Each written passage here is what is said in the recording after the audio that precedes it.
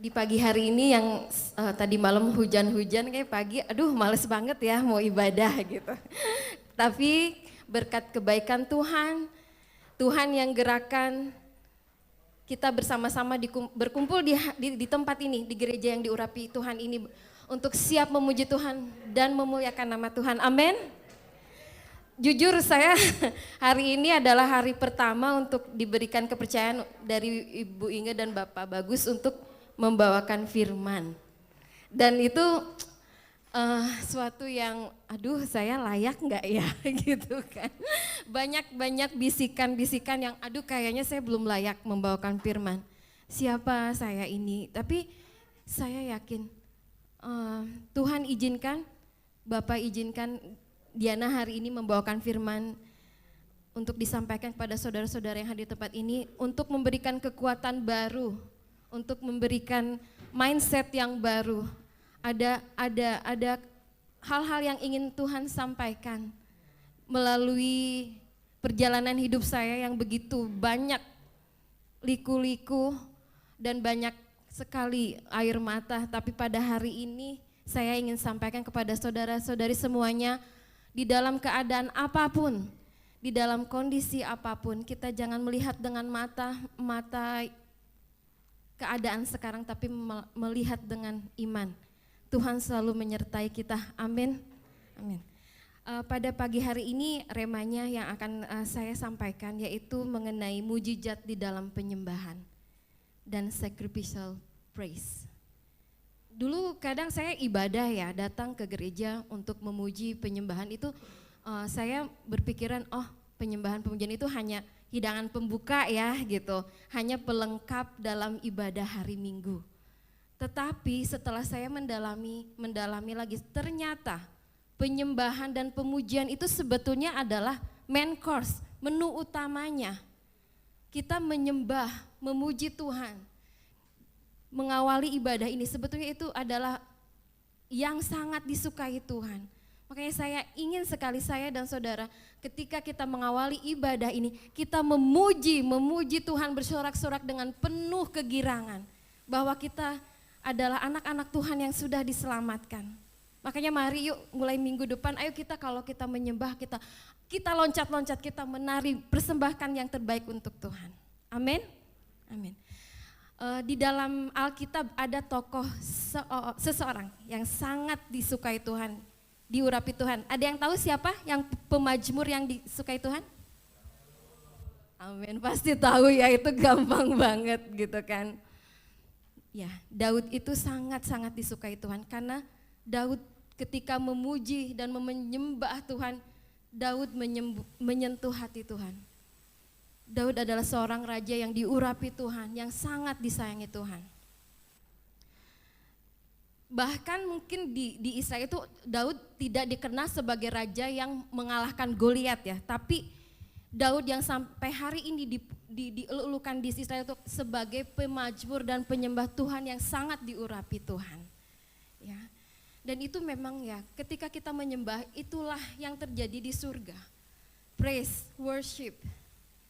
Tuhan sangat menyenangi hati-hati yang menyembah dengan penuh sukacita.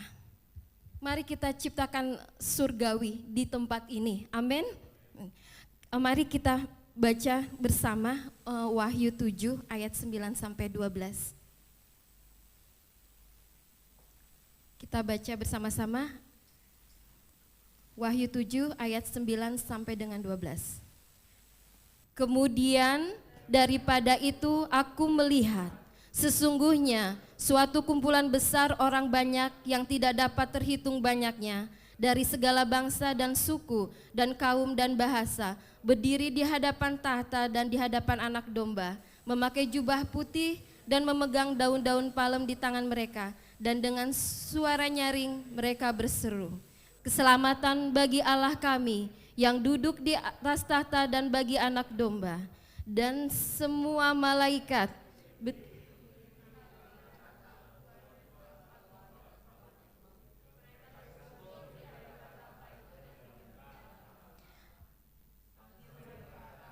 amin, puji-pujian dan kemuliaan, dan hikmat dan syukur, dan hormat dan kekuasaan, dan kekuatan bagi Allah kita sampai selama-lamanya. Amin.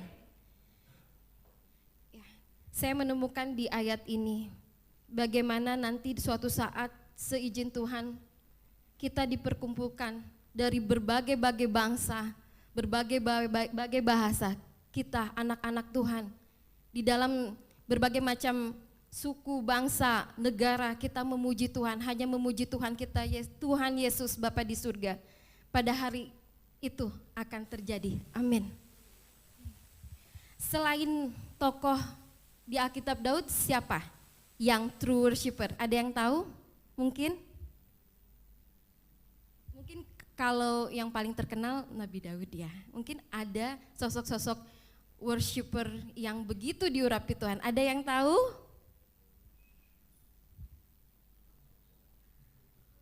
Ya, betul, Paulus. Ya.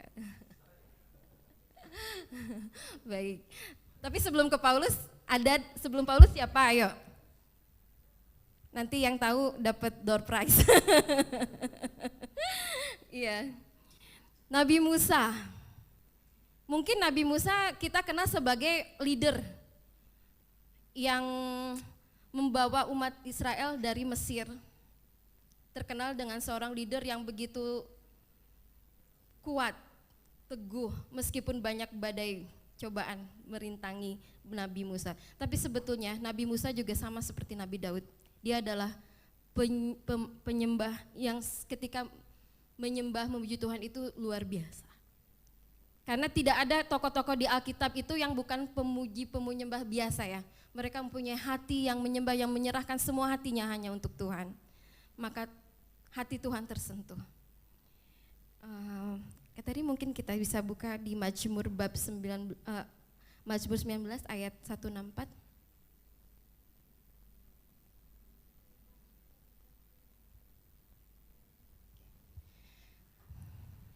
Mari kita baca bersama-sama. 7 kali dalam sehari aku memuji-muji Engkau karena hukum-hukum-Mu yang adil. Amin. Ya, 7 kali dalam sehari Nabi Daud, Nabi Musa itu berdoa, memuji-muji Tuhan 7 kali. Kita ada berdoa 7 kali enggak ya sehari? Ayo, saya juga enggak kadang. Tapi memang orang-orang tokoh-tokoh di Alkitab yang sangat diurapi Tuhan itu 7 kali dalam sehari, aku memuji-muji Engkau. Makanya setelah victory yang diberikan kepada Musa, biasa kalau orang udah mendapat sesuatu achievement atau sudah mendapat kesuksesan itu biasanya apa? Pesta ya, pesta merayakan dengan makan-makan. Tapi Nabi Musa enggak. Ya, Nabi Musa ketika Tuhan memberikan kemenangan pada Nabi Musa, berhasil membawa umat Israel dari Mesir, Nabi Musa kembali kepada Tuhan, memuji-muji Tuhan, memuliakan nama Tuhan. Amin. Di dalam penyembahan seperti itu terjadi miracle turnaround. Yang waktu dihadapi Musa pada saat itu apa? Keputusasaan. Kok doanya nggak dijawab-jawab gitu ya. Tapi ketika Nabi Musa tetap memuji Tuhan, maka terjadi miracle turnaround. Dan ketika Tuhan menyelamatkan Nabi Musa dan orang-orang Israel dari Mesir, itu saya dapat menemukannya di Keluaran pasal 14 ayat 30 dan 31. Demikianlah pada hari itu Tuhan menyelamatkan orang Israel dari tangan orang Mesir, dan orang Israel melihat orang Mesir mati terhantar di pantai laut.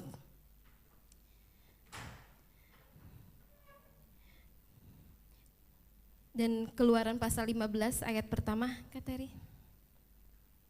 Keluaran pasal 15 ayat pertama. Pada waktu itu Musa bersama-sama dengan orang Israel menyanyikan nyanyian ini bagi Tuhan yang berbunyi, baiklah aku menyanyi bagi Tuhan, sebab ia tinggi luhur, kuda dan penunggangnya dilemparkannya ke dalam laut. Amin. Setelah kemenangan terjadi, Nabi Musa bersama orang-orang Israel memuji dan memuliakan Tuhan. di situ ya, ketika kita memuji dan menyembah Tuhan, mujizat terjadi. Baik, tadi siapa yang tahu setelah Nabi Musa siapa penyembah yang diurapi Tuhan?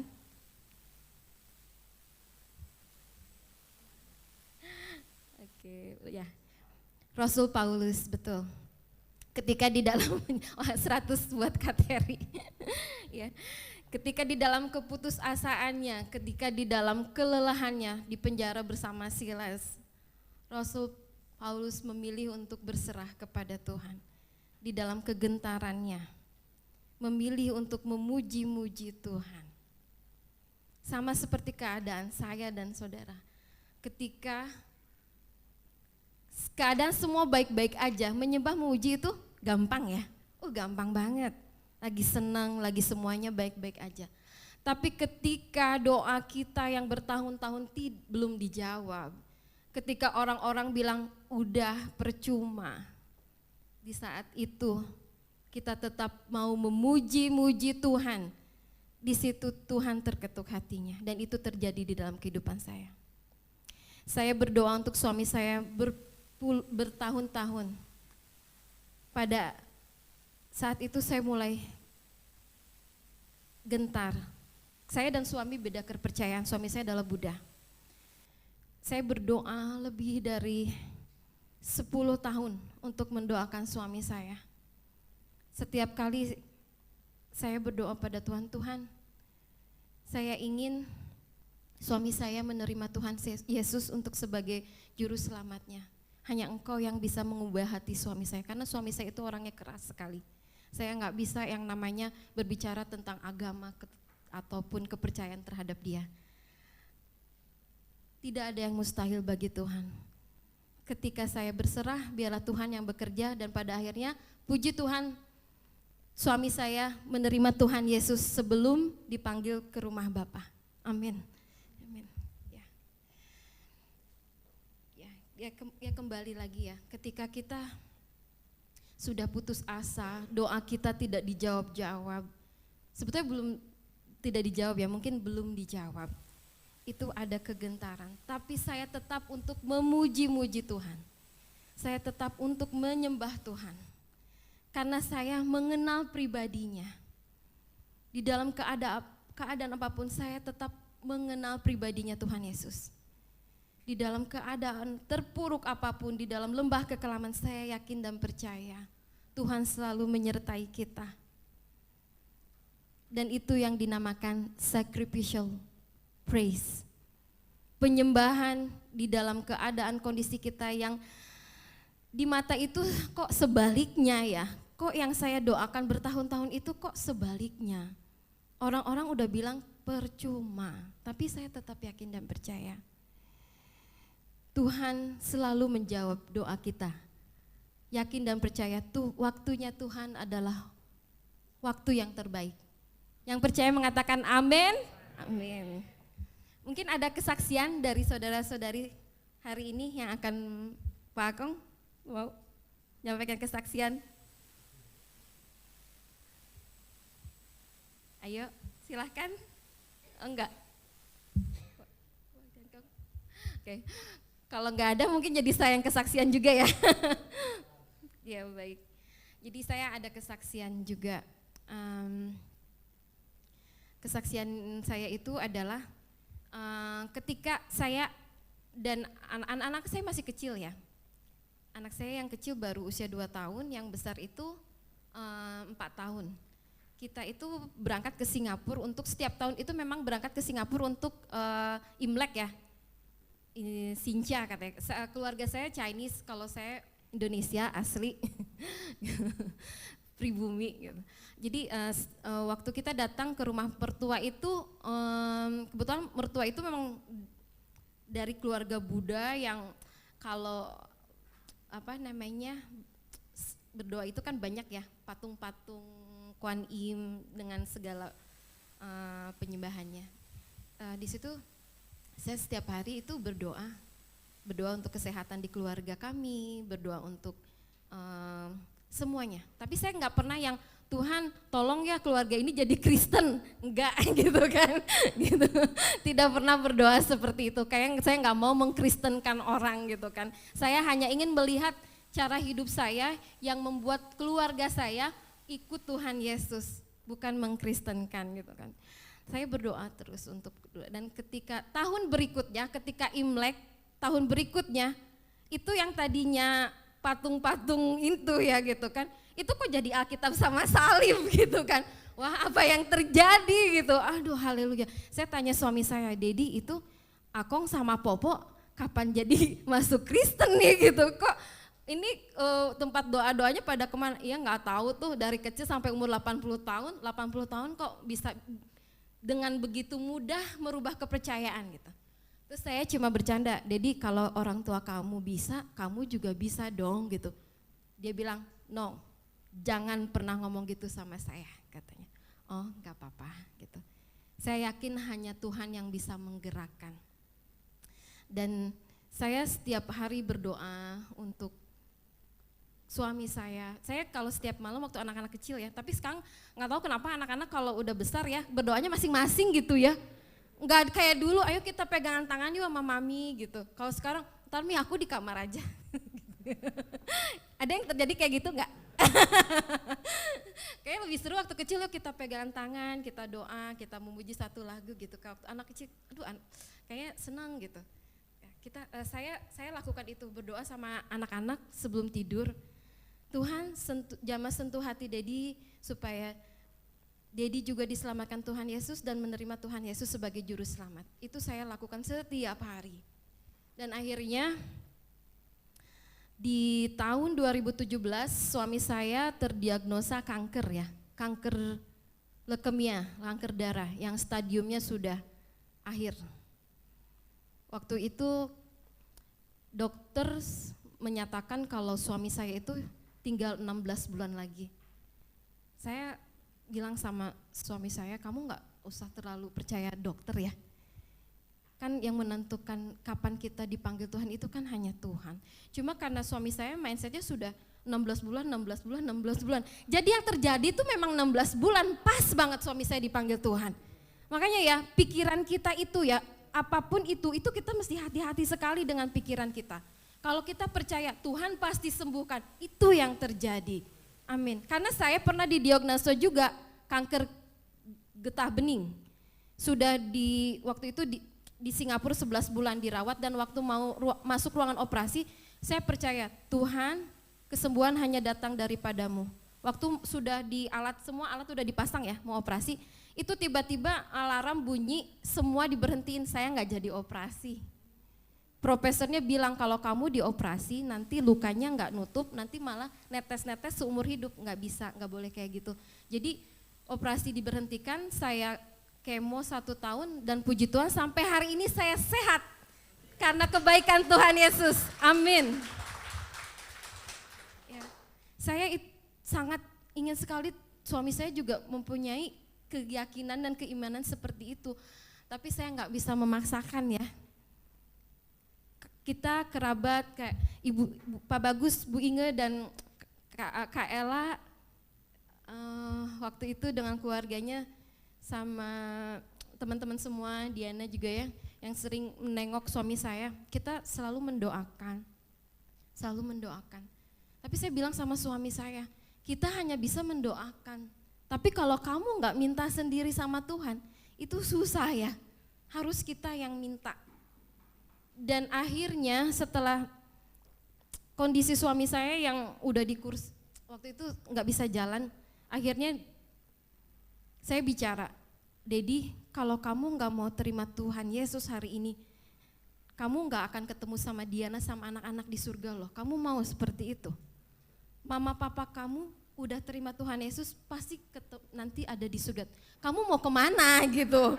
Mau kemana kalau kamu nggak mau terima Tuhan Yesus? Iya, udah diancam deh sama saya. Mau nggak ketemu lagi sama saya? Katanya sayang sama saya gitu kan? Katanya cinta mati gitu kan? Aduh, gimana akhirnya? Ya, Tuhan Yesus hadir di dalam hati suami saya dan dengan sepenuh hati suami saya menerima Tuhan Yesus pada hari itu. Dan sebulan kemudian Tuhan Yesus membawa pulang suami saya ke surga. Karena Tuhan Yesus begitu sayang sama suami saya. Amin. Itu kesaksian dari saya. Ya, amin. Terima kasih. Pak Bagus mungkin ada yang mau disampaikan. Mohon maaf atas kekurangannya. Iya, saudara, terima kasih Ibu Diana, saudara-saudari. Dalam bahasa Ibrani, kata pujian penyembahan itu ada tujuh kata, saudara. Ya, itu seperti mau katakan setiap hari, 7 hari kita miliki setiap hari itu selalu ada alasan untuk memuji menyembah Tuhan, ya. Maupun apapun posisi. Kalau sacrificial praise, kalau bahasa Ibraninya itu taudah. Terus kalau Anda yadah, kalau yadah pakai angkat tangan, kalau samar pakai musik segala. Jadi ada 7, yadah, halal segala ya. Ada 7 juga melambangkan tadi, makanya 7 kali dalam sehari gitu ya, aku menyembah. Itu maknanya juga dalam sekali. 7 itu angka completion, kepenuhan, saudara. Jadi Anda ngelihat, Anda nggak cukup hanya sekedar datang dan juga doa, tapi juga pujian itu akan menyempurnakan segala doa kita. Ya, terus 7 juga dalam pengertian Ibrani itu adalah mengingatkan Anda kepada janji, ya, janji Tuhan. Jadi ketika Anda menyembah, memuji Tuhan tuh suasananya adalah janji Tuhan itu pasti digenapi di dalam kehidupan kita. Amin. Jadi benar tadi kata kita, kalau kita memuji menyembah, yuk kita sepenuh hati sama Tuhan. Ya. Kadang-kadang kepujian Anda itu adalah pribadi. Artinya begini, Anda nggak usah ngelihat kiri kanan gitu, ya, nggak usah ngelihat orang. Kalau orang angkat tangan, Anda ikut angkat tangan, nggak usah, nggak apa-apa. Ya, tetapi adalah pribadi dari hati kita. Hati kita menyentuh. Kita menyentuh, bukannya Tuhan nggak disentuh, kitanya justru yang masuk ke dalam hadirat, ataupun kita jadi tambah peka. Oh, Tuhan ada sama kita. Amin. Ya, jadi benar, dan pujian juga memang membawa kuasa Tuhan. Ya, kitab Wahyu paling banyak memakai kata angka 7. Makanya di kitab Wahyu salah satu yang paling kesan, yang paling menarik yang Anda ingat adalah bagaimana pujian penyembahan itu bagi anak domba Allah. Kalau Anda baca kitab Wahyu, selain hal-hal yang serem, tetapi juga adalah yang paling mengagumkan adalah ketika anak domba Allah dipuji, disembah. Semua para tua-tua malaikat itu melemparkan mahkota mereka, terus pujian, ya, bahkan pujian-pujian yang indah, banyak kata-katanya ambil dari Wahyu, ya. Kemuliaan bagi Allah di tempat yang maha tinggi, gitu. Ya, itu dari Wahyu, saudara, ya. Jadi Anda ngelihat Tuhan tidak bisa memuji diri Dia sendiri, itu bagian kita, gitu. Bukannya dipaksa, tetapi memang Dia layak untuk dipuji. Ya, paling enggak kesetiaannya. Dia pegang janji, Dia materaikan janjinya, Dia menyertai kita. Bahkan ketika kita marah-marah sama Dia, kita salah ngerti, Dia tetap mengasihi kita, Dia tetap setia. Ya, itu bagian Tuhan, Dia tetap setia walau kita tidak setia. Bagian kita adalah melihat keindahan Dia, memuji Dia, menyembah Dia. Mungkin ada yang bilang, Pak, saya nggak bisa menyanyi gitu ya. Saya nggak bisa nyanyi, suara saya nggak bagus. Saudara, pujian tentang masalah hati, ya. Anda, makanya kalau ketika Anda memuji menyembah, yuk kita, Anda nggak usah pusing dengan suara Anda gitu ya, dengan ya, segala sesuatu, tetapi Anda mulai ngelihat. Karena sering kali orang percaya begini, melihatnya prinsipnya adalah memuji adalah untuk menarik hadirat Tuhan. Saudara, ini sebenarnya bikin jadi masalah, ya. Bukan seperti itu, karena kebenaran firman Tuhan mengatakan Tuhan hadir selalu di tengah kita. Apalagi juga di tengah 2-3 orang berkumpul, Dia hadir. Jadi Anda nggak menarik hadirat Allah, justru pujian penyembahan membuat kita jadi sadar Dia hadir.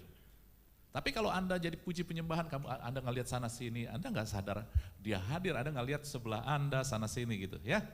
Jadi mari kita mulai melihat kebenaran dan bertindak berdasarkan kebenaran, bukannya perasaan yang menuntun kita. Hari-hari ini ketika kita pakai perasaan, itu kita disebut orang baper. Ya, kalau kita terus main perasaan nggak salah, perasaan adalah sesuatu alat bantu, bukannya yang pedomannya, alat bantu aja. Ketika Anda pakai perasaan, ini nih, kayak ini, kalau pujiannya penyembahan kayak begini, kalau dia yang nyanyi, saya merinding semua. Anda mulai main dengan perasaan, nanti Anda jadi salah, mempunyai konsep memuji. Justru Anda tahu Tuhan hadir, perasaan saya harus ngikutin. Anda ngerti ya? Jadi yuk kita ngerti firman dan ikutin, hormati, tunduk pada firman terlepas perasaan kita apa. Kalau firman Tuhan bilang aku menyertai engkau, walaupun perasaan kita merasa kita nggak ada Tuhan, Tuhan kok di mana engkau? Tetap aja dia hadir. Dan perasaan kita suruh tunduk pada kebenaran firman. Ketika firman Tuhan katakan oleh bilur-bilur Yesus kamu sudah sembuh, perasaan kamu masih ada rasa sakit, masih belum bisa jalan, belum bisa bergerak, suruh perasaan kita tunduk sama kebenaran firman. Amin. Kalau enggak kayak begitu, kita akan dituntun oleh perasaan, akhirnya kita jadi orang yang mood, kita jadi orang emosi, sedangkan salah satu buah roh adalah pengendalian diri, saudara. Pengendalian diri adalah buah roh yang terakhir, karena paling gak mudah. Kenapa? Karena perasaan kita ini yang kadang paling dominan. Memuji menyembah juga sama, kadang kita pakai perasaan. Kalau kita jadi senang, wow gitu ya. Kalau musiknya indah, yang main musiknya benar, yang nyanyinya bagus, kita indah. Wah, kita memujinya jadi semangat. Ya. Tetapi yuk kita mulai, jemaat di RM adalah harus menjadi jemaat yang dewasa. Jemaat yang dewasa adalah digerakkan oleh firman Tuhan. Jemaat yang dewasa juga melihat bahwa ya bukan kita datang karena siapa yang bawa firman, tetapi saya datang karena Anda tahu ada berita dari Tuhan yang mau disampaikan terlepas siapapun bejananya. Amin ya. Jadi saya rindu nanti jemaat Tuhan di sini semua bisa menyampaikan firman. Bukan 1-2 orang aja. Gitu ya. Tetapi untuk itulah kita mulai belajar hidup. Bukan kita sudah sempurna, tapi kita belajar hidup untuk dekat sama Tuhan, menyadari kehadiran Tuhan, saudara-saudari. Amin. Saya nggak berita lebih banyak lagi, tetapi kita mau bangkit dengan respon dengan doa. Ya, ini juga doa ini bukan suatu ritual, bukan suatu hal yang jadi kebiasaan, tetapi yang kita mau sampaikan di sini adalah supaya Anda memiliki gambaran bahwa siapa saya, gitu ya. Yuk kita bangkit bersama, kita naikkan doa ini karena ini supaya ada di gambaran di dalam pikiran kita bahwa Anda adalah anak-anak Tuhan yang terkasih, keluarga Anda juga. Yuk kita doa sama-sama dengan sepenuh hati. Bapa, aku bersyukur karena kasih-Mu. Aku diterima apa adanya. Aku sangat tidak layak bagi kebaikan dan kemurahan-Mu. Namun karena kasih-Mu Engkau tetap menyediakannya bagiku. Aku percaya dan mendeklarasikan bahwa aku adalah pribadi yang sangat diinginkan Tuhan. Aku adalah milik kesayangan-Mu. Aku adalah kesayangan Tuhan. Keluargaku adalah keluarga kesayangan Tuhan. Sehingga aku dan keluargaku tidak akan pernah lepas dari perhatian kasih-Mu. Oleh sebab itu aku diperlakukan, dididik, diubahkan dalam kasih-Mu. Karena Yesus telah mati di salib untuk aku dan juga karena kasih-Mu, Roh Kudus selalu ada bersamaku dan di dalamku. Sekarang keberadaanku adalah untuk memancarkan kasih-Mu. Amin.